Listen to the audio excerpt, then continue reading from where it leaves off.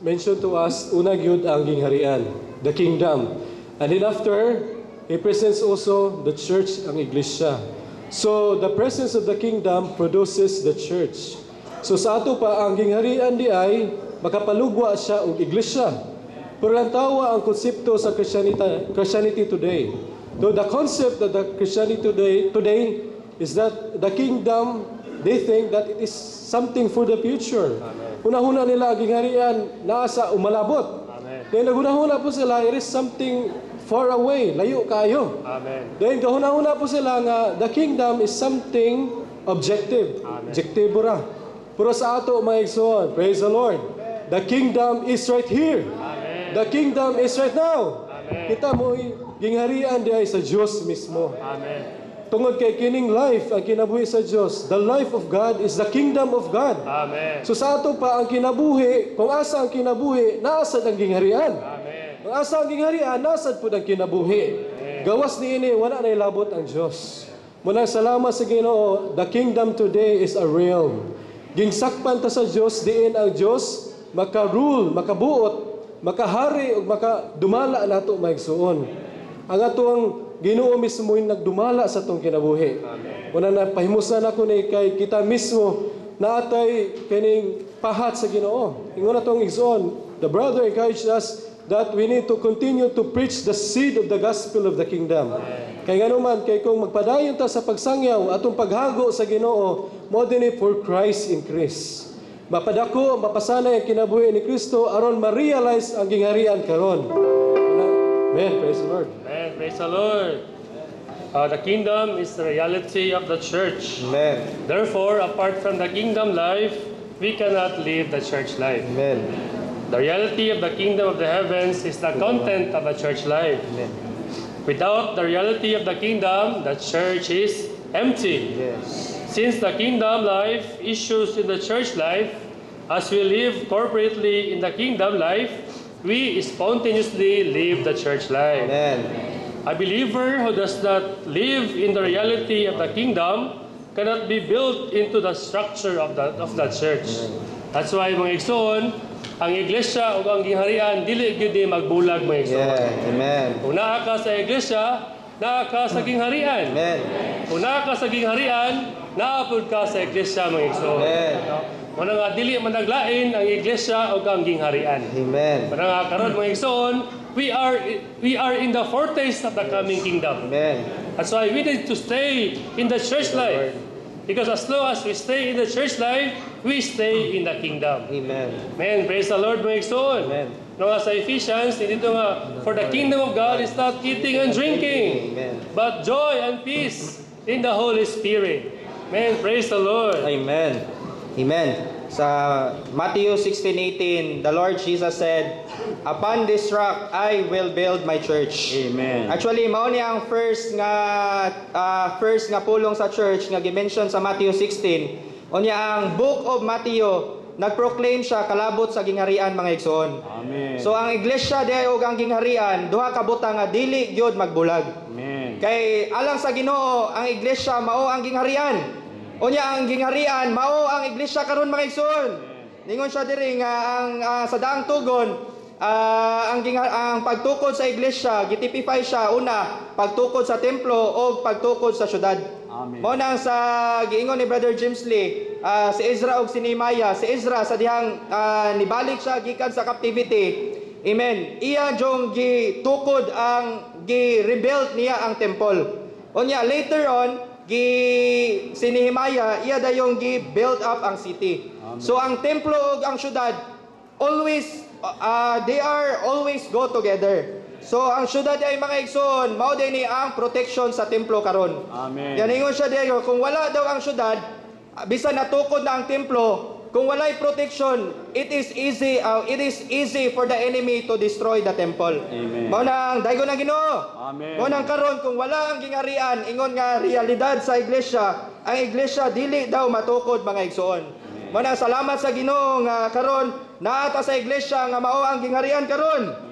Yan ingon siya aron matukod ang iglesia. Amen. Sa verse 19 ingon siya I will give to you the keys of the kingdom of the heavens Unya kini nga yawi dili ni yawi sa iglesia. Amen. Yawi sa gingharian nga gihatag nato aron dili imposible ang pagtukod sa iglesia. Amen. Hallelujah. Salamat sa Ginoo mga igsoon.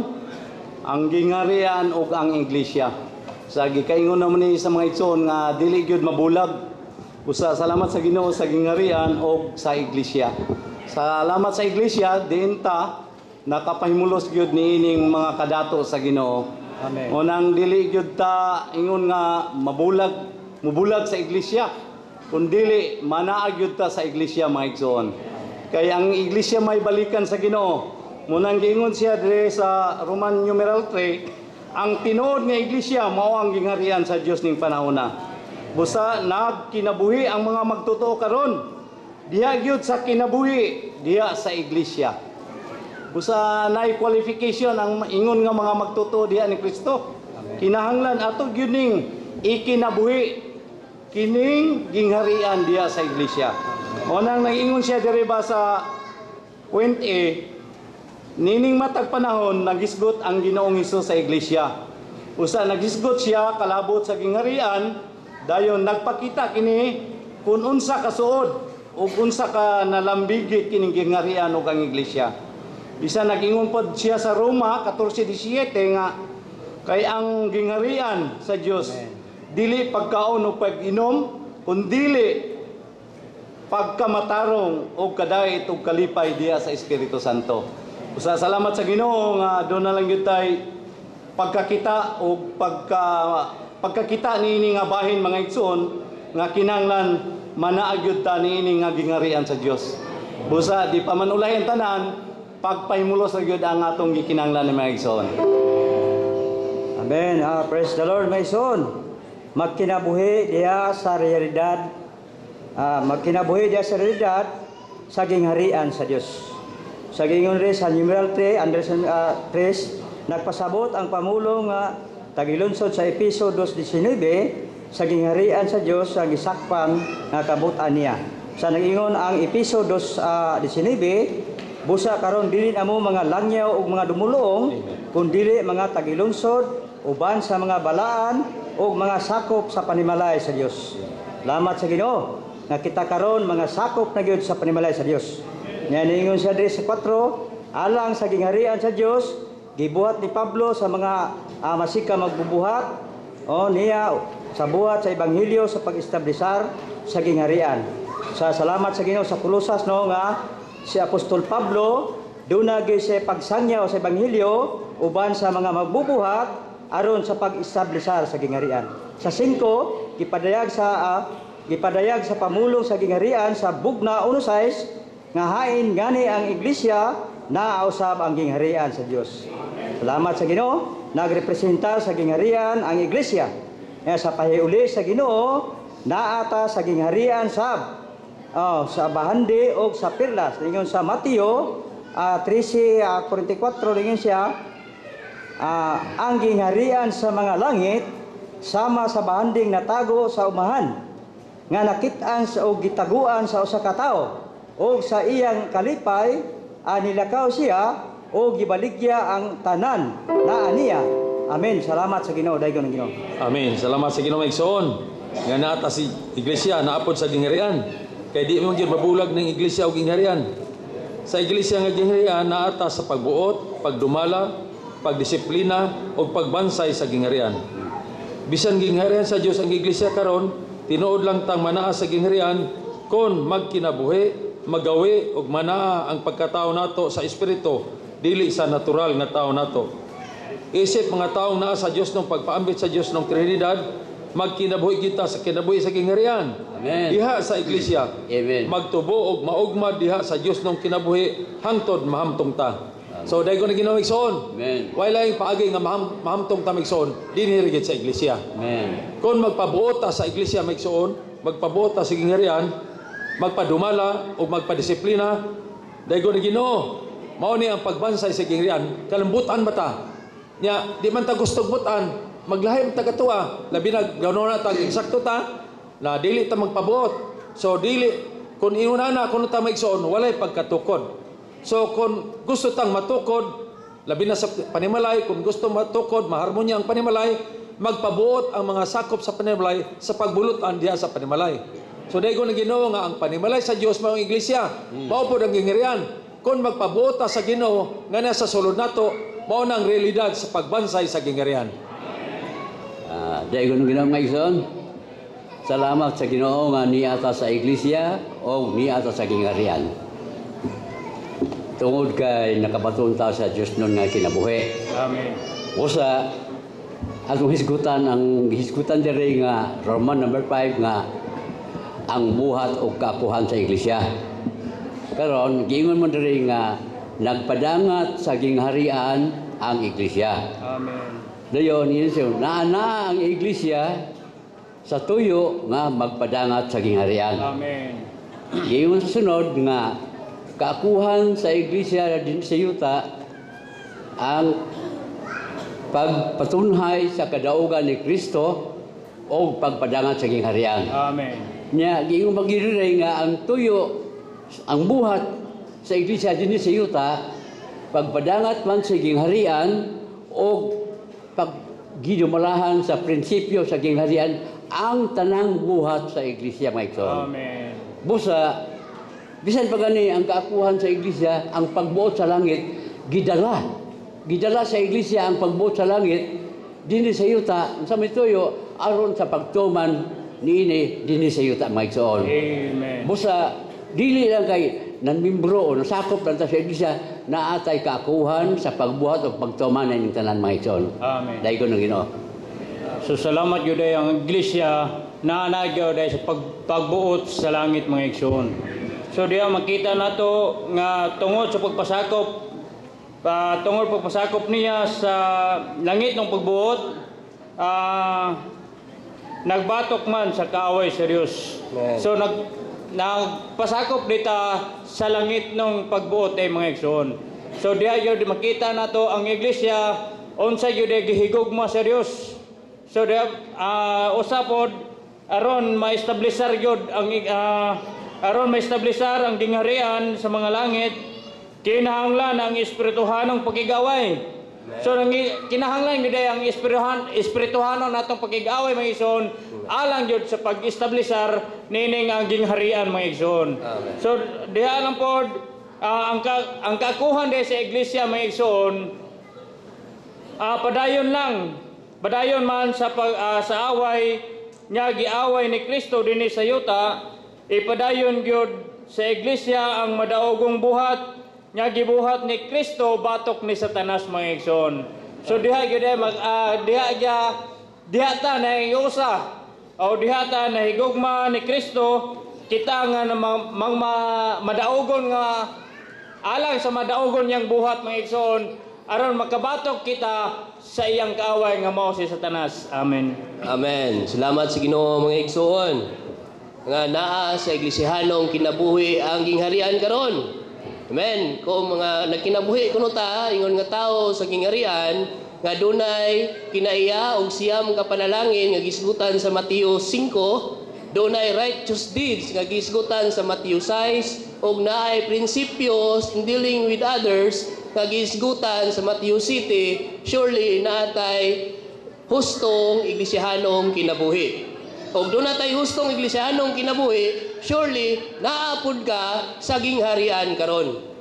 Apa nasayod ta nga naapata sa kahikayan mga igsoon. Kung nasayod po ta nga hingpit ipadayag ang gingharian sa umalabot. Munang umalabot pa man, dunay espirituhanong pakighaway. But praise the Lord Jesus Himself won the victory. Amen. Ang atong buhaton mga igsoon makig-away ra o magmintinar pinaagi sa pag-ampo nga nagbarog sa kadaugan ni Kristo. Amen. Kay ang gingharian mga igsoon dili man otomatiko nga moabot. Kung walay pag-ampo, dili pud moabot ang gingharian. Amen. Ingon diri mga igsoon, ang pag-ampo sa iglesia maoy labing epektibong paagi nga mabuntog si Satanas, mudangat ang iyang gingharian, matuman ang iyang pagbuot, ingon sa langit, maumansab sa yuta. Amen. Praise the Lord that the prayer is the most effective way to conquer Satan, brothers and sisters. So whenever we feel like we cannot overcome it in ourselves, we just need to pray. The church must be the outlet of heaven. Amen. So allowing heaven's authority to be expressed here on earth.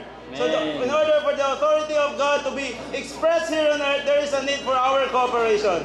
That is why the church must pray for the authority of God to be expressed here on earth. So genuine prayer is a joint labor with God to bring His kingdom on earth and to carry out His will on earth. Hence, prayer is a spiritual battle. So dili ginato paggamay og bili ni pagampo mga igsoon, because prayer is a spiritual battle. So it is a joint labor between us and the Lord. So we pray with the Lord, brothers and sisters. Amen. Praise the Lord. So di ginato ipakagamay day mga igsoon nga nahimutang gidala sa Ginoo sa iyang gingharian. Tungod kay kining gingharian sa Dios mo ni ang realidad sa iglesia. Sayod ta nga unang nidangat ang gingharian ug ang gingharian mo'y nag-produce sa iglesia. O kini nga gingharian sa Dios puno gyud siya sa kinabuhi. Dayon gitawag magani siya og ginsakpang dapit sa kinabuhi. Nya kini nga kinabuhi mga igsoon mo ni naglihok, nag-rule, nag-govern nato para sa man so that the life may accomplish its purpose mga igsoon.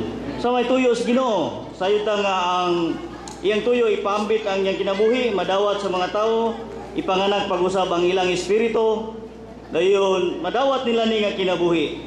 Og dili paigo kani nga kinabuhi kinahanglan patubuon. Ingon dinhi nga in order to grow and develop this life, we must be in this realm of life. Ingon na to igsoon nga ug dadon ta sa bulan karon, dito ta papuyon mamatay kita. Kalaw kay wala man dito'y dapit nga ginsakpan nga dunay ginsakpan dapit sa kinabuhi. Salamat sa Ginoo nga gidala ta sa iyang gingharian. Kini nga gingharian maigsuon puno gyud sa kinabuhi. So apart from this kingdom life, we cannot live the church life. So karon maigsuon, the main responsibility of the church today is to maintain Christ's victory on the cross, to continue the warfare Christ fought on earth. So makita nato maigsuon, no? Eventually, those who always fought God's kingdom before them, that which touches God's will and His enemy, are the most useful workers in the hands of God.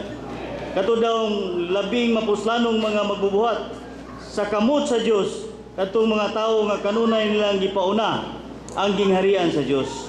Muna ang Matthew 6:33, unahon pagpangita ang gingharian ug ang pagkamatarong ning tanang butang idugang ra sa Dios mga igsoon. Okay, team 4. Amen.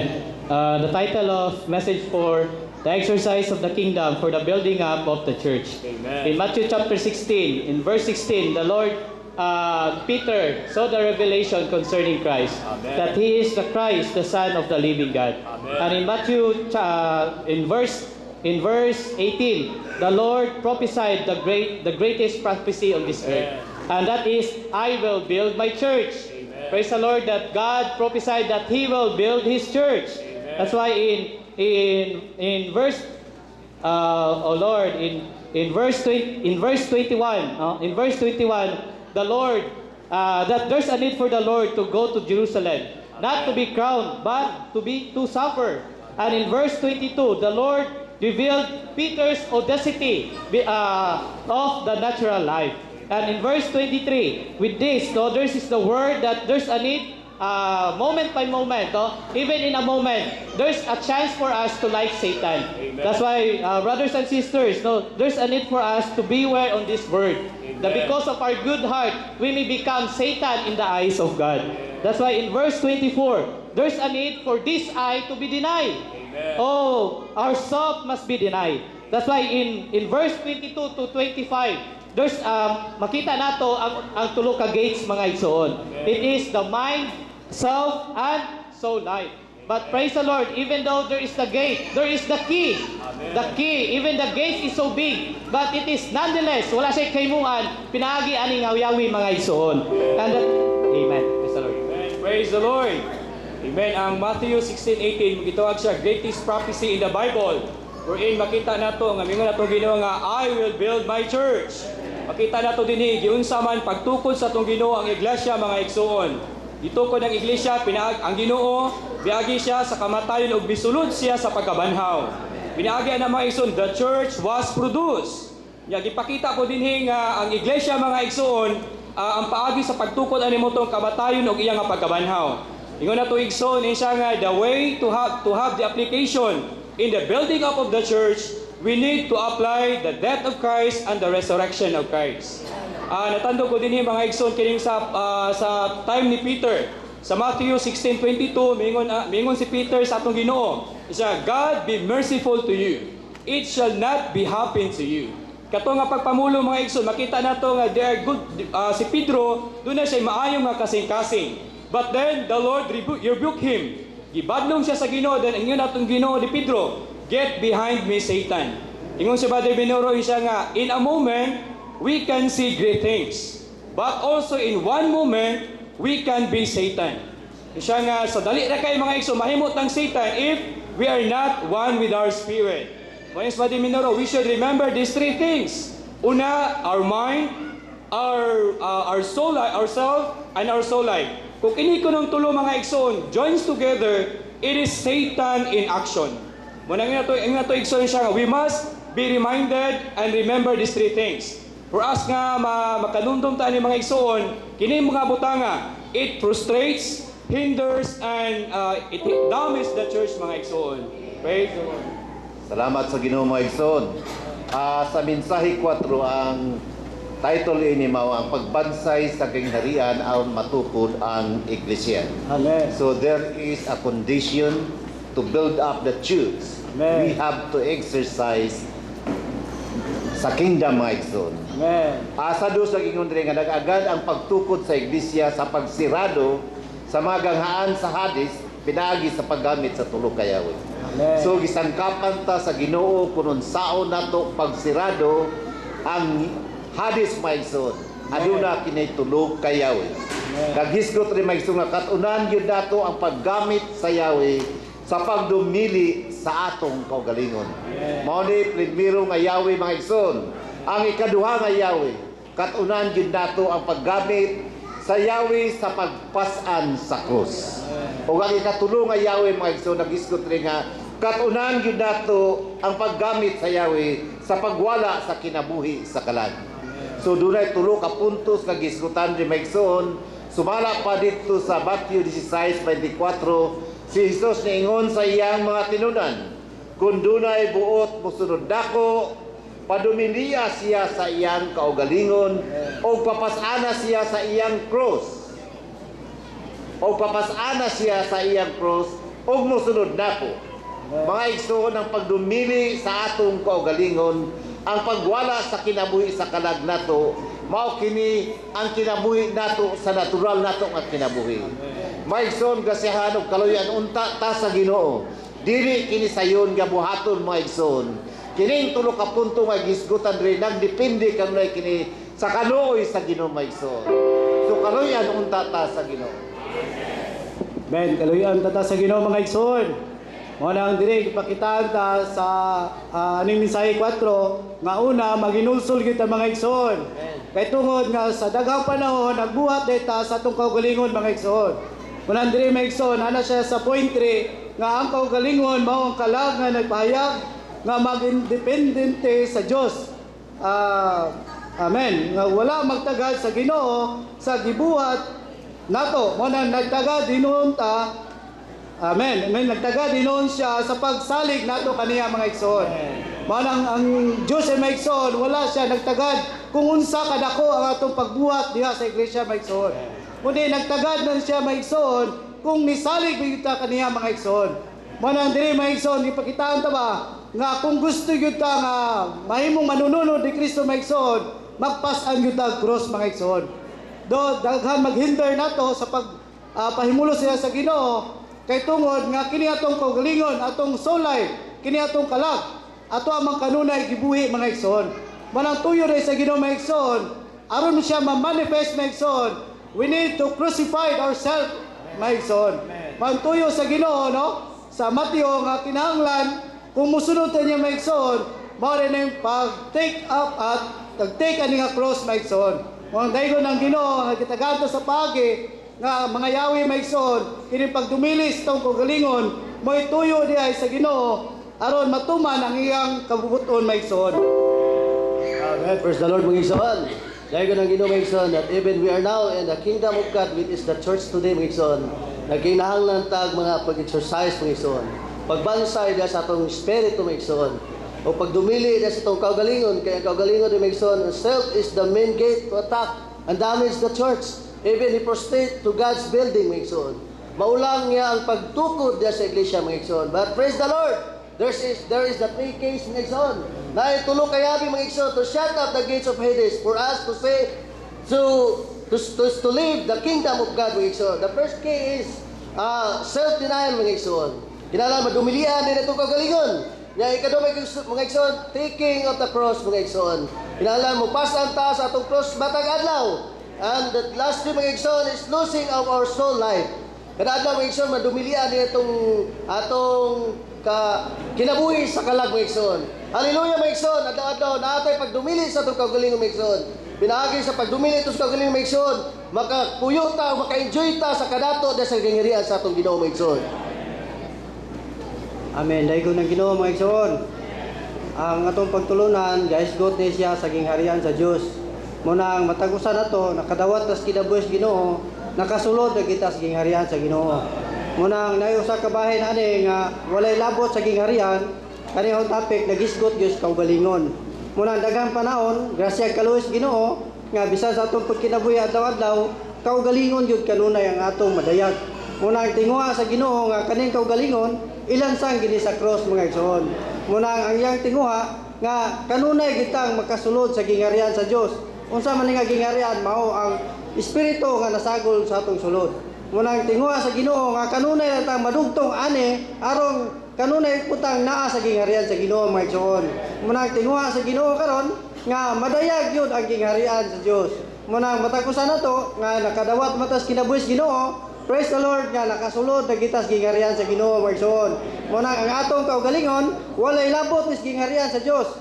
Muna ang tinguha sa Ginoo nga kani atong kaugalingon dili gid ta ni madayag kanunay. Muna sa daghang panahon nga atong buhat tingali kaugalingon gid usay kay mingon ganita nga maayo mamulong mo maukyab din ang atong kaugalingon, but ang tinguha sa Ginoo nga ang Ginoo ra gyud kanunay, mga igsoon.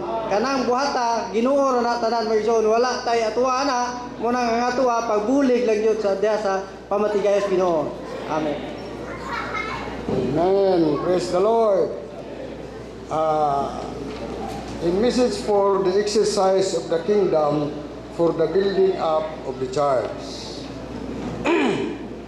We have to exercise the key of denying ourselves, lock up ourselves, and it is impossible for us to be offended and blessed for those who are not offended in Luke 23:34 and Acts 7:16. If we can be offended, it is a proof that we are full of self. If our self has been locked up, we will not be offended, no matter what you do, no matter what they do to us, or how they treat us.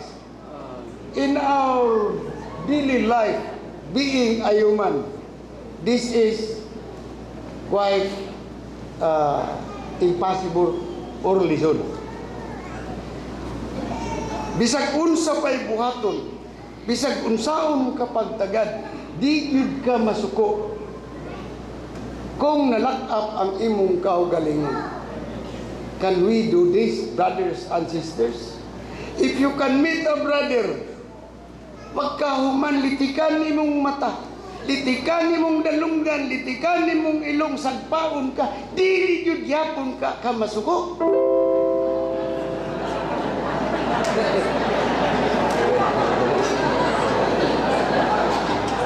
Praise the Lord! Amen! Salamat kayo sa Ginoo nga kitang tanan nagtuko nga naa nata sa gingharian. Kanya naman, naata sa iglesia.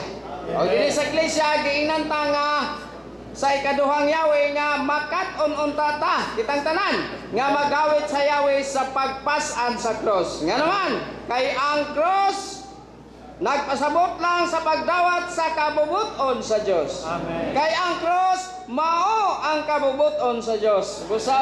Sa bago pa kong nakadangat ug bisag hangtod karon magkaingon ko sa kong kalingon unsa man ni nga daghan naman noong palasanon, problema. Ay problema mo na cross. Atong anak, atong asawa, atong bana o babae magalinta, o atong silingan palibot. Di ay, kay kabubuton sa Diyos na para nato aron mabansay ta. Ingon nga katawhan sa gingharian. Ang tumong anay dili aron sa pagdaot nato. Kinahanglan tang mapahinumduman kaysa ma-discourage sa unsa naman ang mga anak ko. Unsa naman ang kapikas ko? Kaning tanan ang tumong samahon ta sa iyang dagway. Ingon nga kasama niya kay walay masagol dito nga dili sama sa Dios. Mao ni ang iglesia nga gibansay aron maanaa ta sa ginsakpang dapit sa gingharian sa Dios. Dayon na Ginoo. Nag-remind ta mga igsoon sa pagbansay nga magkaton ta sa paggamit sa Yahweh sa pagpasan sa cross. So nagpasabot day papasana siya sa iyang cross nga wala ka pugsa mupasan sa cross. Akin nabubuton day ta mupasan ini. Amen. So makaamgo jud day ta mga igsoon nga wala day ta pugsa nga mupasan sa cross. Kung dili kinabubuton day nato ni o kung voluntary day ta mupasan sa cross mga igsoon. Kung kabubuton sa Dios ang atong bana, asawa ug mga anak, tungod niya na mao'y cross nato kini. So wala tay katungod nga mangutana o mag-question sa atong Ginoo tungod kay na napailalom ta sa kabuton dahil niya mga igsoon. So praise the Lord mga igsoon. So kabubuton sa Dios ang usa ka iglesia o kabubuton niya ang tanang igsoon sa iglesia. Busa ang pagpasan sa cross, pagpasan man sa iglesia ug sa tanang balaan aron doon na tay tinuod nga pagkausa. So first the Lord mga igsoon, bisan day sa iglesia day mga igsoon, doon na day pagpasan japon day sa cross day mga igsoon. So dili lang nato pasanon ang atong cross, kundi dadon sab nato kini. Sa to pa magpabilin jud ta sa cross. Sige ipapatay nato sa cross ang daang tawo nato adlaw-adlaw day mga igsoon.